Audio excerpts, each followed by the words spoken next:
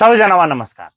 तपाईँ 22 वर्षदेखि 30 वर्षको उमेर समूहभित्र हुनुहुन्छ भने यो भिडियो पुरै हेर्नुहोला। यो भिडियोमा क्यारियर काउन्सिलिङको कुरा गर्छु। तपाईँ 22 वर्ष कम्प्लिट भएर ब्याचलर दिइसक्नु भएको छ र अब मास्टर डिग्री पढ्दै हुनुहुन्छ वा नेक्स्ट इयर म पढ्छु भनेर सोच्दै हुनुहुन्छ। साथै तपाईँ म्यानेजमेन्ट तर्फको विद्यार्थी हुनुहुन्छ, चाहे त्यो म्यानेजमेन्ट एमपिए किन नहोस् त्यो पनि म्यानेजमेन्ट मानिन्छ, तसर्थ म्यानेजमेन्टको हुनुहुन्छ र नेपालमा रहेको सरकारी जागिर अन्तर्गतको सबैभन्दा राम्रो पद अर्थात् सहायक निर्देशक नेपाल राष्ट्र ब्याङ्कमा तपाईँ जागिर खाने सपना देख्नु भएको छ वा सपना राख्नु भएको छ, म जागिर खान्छु भने यो भिडियो महत्त्वपूर्ण।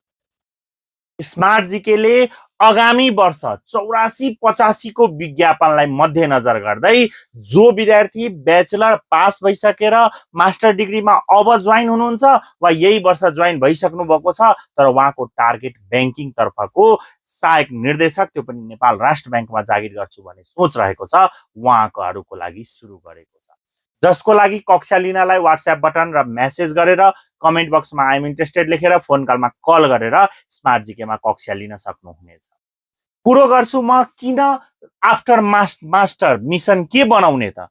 तपाईँ आफूलाई सहायक निर्देशक बन्ने सोचमा हुनुहुन्छ भने सर्वप्रथम म तपाईलाई नेपाल राष्ट्र ब्याङ्कको वेबसाइटमा लान्छु। वेबसाइट भित्रको क्यारियर पोर्टलमा तपाईँ छिर्नु भयो भने र त्यसको पुरानो ओल्डमा जानुभयो, तपाईँ बिल्कुलै नयाँ हुनुहुन्छ, लोकसेवातर्फ तपाईलाई थाहा छैन, नेपाल राष्ट्र ब्याङ्क अन्तर्गतको म तपाईलाई 2019 नेपाल राष्ट्र ब्याङ्कमाको क्यारियर सेक्सनमा रहेको सबैभन्दा अन्तिम पेज हो पेज नम्बर 48। त्यसमा पनि हेर्नुभयो भने तपाईले यहाँ सूची देख्नुहुन्छ सहायक द्वितीय 2070 मा ढङ्गरीको उम्मेदवार बारेमा।